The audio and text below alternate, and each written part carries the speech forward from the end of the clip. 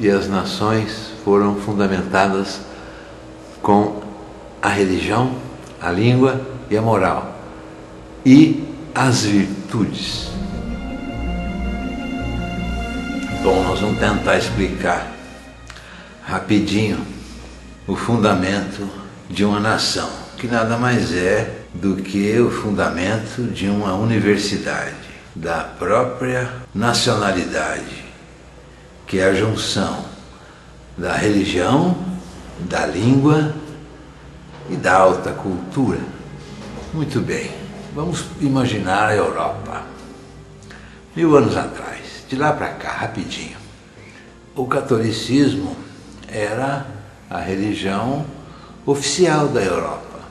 A partir do ano 200 e pouco, o imperador Constantino instaurou o catolicismo como a religião oficial da Europa. Quem é cristão católico, bem, quem não for, entre a cruz e a espada, vai para a espada, morre. Então o que tinha naquele tempo? O povo, sei lá o que era povo, aquela coisa feia, né? E tinha a corte e a igreja.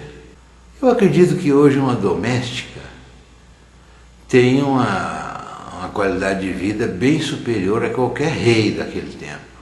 Uma empregada doméstica hoje, ela tem acesso a antibiótico. Se ela quebrar um braço, ela vai ter um médico, né, que vai consertar, né? Ela tem um banheiro, tem papel higiênico, tem uma privada, tem a descarga, né? Eu acho que uma empregada doméstica hoje vive bem melhor do que um rei na Idade Média. Isso é uma interpretação minha. Não vou entrar nesses detalhes, não. Passam-se os séculos e o povo, a casta, eles vão absorvendo o que vem de cima. O que é em cima? É a corte, o rei, o imperador e a igreja, mantendo o quê? A língua, a cultura religiosa e a alta cultura.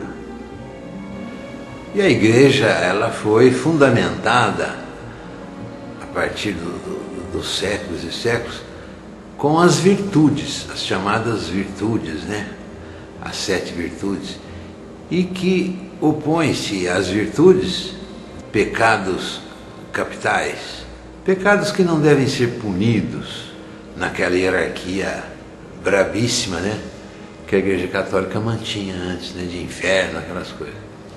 Mas enfim, as virtudes, por exemplo, a diligência, vamos trabalhar.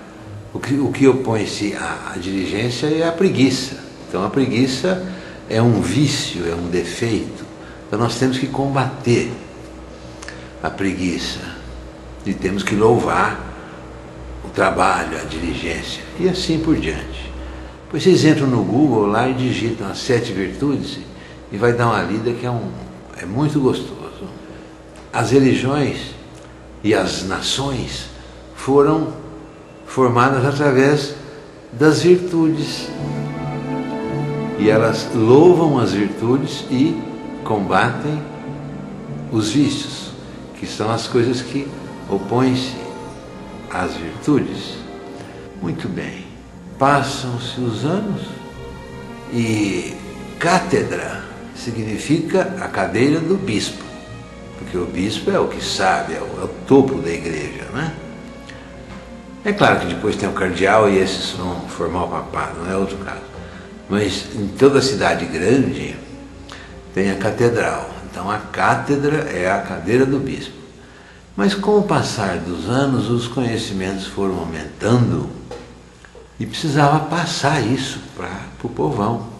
E foram estendendo. Então cátedra, catedral, cadeira do bispo, ela flexibilizou-se para a cadeira do professor. Vamos estender para mais gente o conhecimento. E assim se deu. Mas toda a universidade nasceu dentro das igrejas, antigamente católicas, cristãs católicas. A partir de 1519, reforma luterana, protestantes e depois a religião anglicana. Mas mantiveram Cristo, o cristianismo. Cristo é o norte do protestante e do anglicano. E eles independem daquela hierarquia da Igreja Católica, cristã também, de Roma.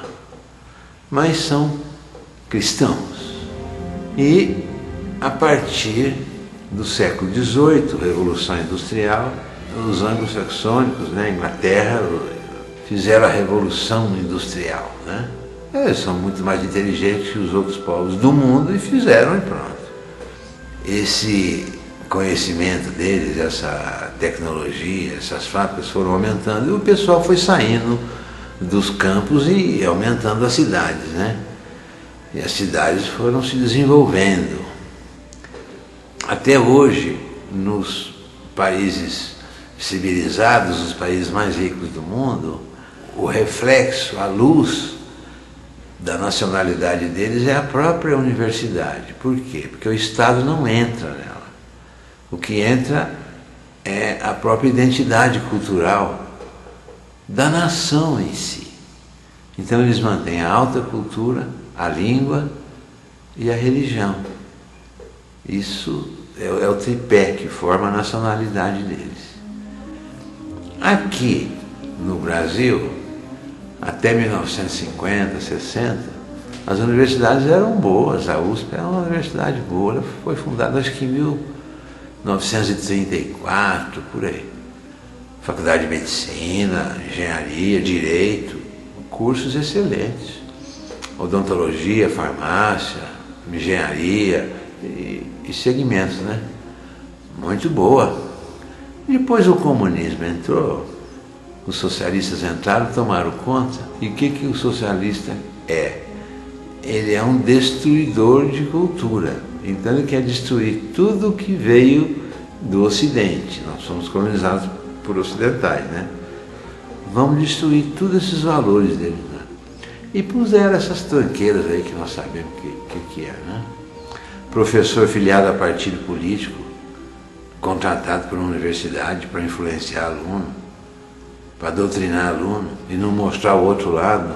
Você deve fazer a semana marxista, a semana gramsciana, o que você quiser, mas faça juntamente a semana de outras correntes filosóficas para que a pessoa possa ler as duas partes e depois ela optar pelo que ela quiser. Conservador é todo aquele que pensa por si próprio. E ele admite a democracia, ele admite a alternância de governo. E ele disputa um governo sabendo que haverá alternância. O oposto é o antidemocrático, é o socialista, porque ele não admite democracia, ele só quer que ele se permaneça no poder, então ele vai inchar o Estado e vai corromper o Estado para que ele se perpetue no poder. Todo mundo que está no Estado, aposentadorias milionárias, benesses mil, e o resto que se foda, escravo. E para manter esse Estado, eles fazem esses cartéis aí, que são esses grandes grupos, as corporações, que são sócias do Estado. Esse é o fascismo clássico, que é o que existe no Brasil sempre, né? E foi aumentando com o FHC para cá, aumentou demais, e com o Lula, então, Deus me livre. O Brasil é um país fascista, literalmente fascista. E é exatamente o que eles fazem, né? Quando você está conversando, eles vão argumentar, eles te xingam, né? Então você fala uma coisa lógica, eles falam assim, fascista, nazista, né? Eles não têm argumento, eles, coitadinhos, eles não leram nada, então eles são assim. O que o socialismo é? É um destruidor de virtudes. Ele é um apelo ao liberalismo extremo. Vamos destruir todas as virtudes. Vamos ficar lá de papo pro ar, fumando maconha, pelado, transando, né? Opondo-se a um outro extremo também, que seria a castidade. Luxúria, castidade é virtude. Então, nada ao extremo funciona. E socialismo o que é? É o extremo das virtudes. É os vícios ao extremo. Ele é um fomentador disso, ou seja, um destruidor de culturas que são fomentadoras de virtudes. É tão fácil entender, né? Se quiser. Universidade pública do Estado, o Estado vai botar um idiota lá e vai lotar essa universidade de pessoas que só pensam de um lado e vai destruir todo aquele tripé cultural que ela sempre teve, porque no Brasil nós somos colonizados por cristãos católicos, com a língua portuguesa, a língua castiça, a língua clássica portuguesa, maravilhosa, a fina flor do Lácio, né? Então você pega aí o Eça de Queiroz, o Veríssimo, o Euclides da Cunha, o Gilberto Freire, livros muito bons, né? Camilo Castelo Branco, aquele cabeça chata lá, o Silvio Romero. Você vai ler esses caras e você fala, meu Deus, que coisa linda. Então hoje não se fala mais nisso. Hoje aí é Caetano Veloso, tem universidade aí fazendo tese de Caetano Veloso, de Chico Buarque de Holanda, de Jô Soares, né? Então, socialismo é isso. É quebrar a hierarquia. Onde é que já se viu aluno invadir reitoria? Não, nós queremos fumar maconha, não sei o que. Fizeram um exame aí, diz que mais de 30% dos universitários das universidades federais e estaduais em alguns estados, eles não conseguem ler um texto, não sabem interpretar um texto. Uma universidade que tem professor filiado a partido político não é universidade, é uma fraude. Por hoje é só.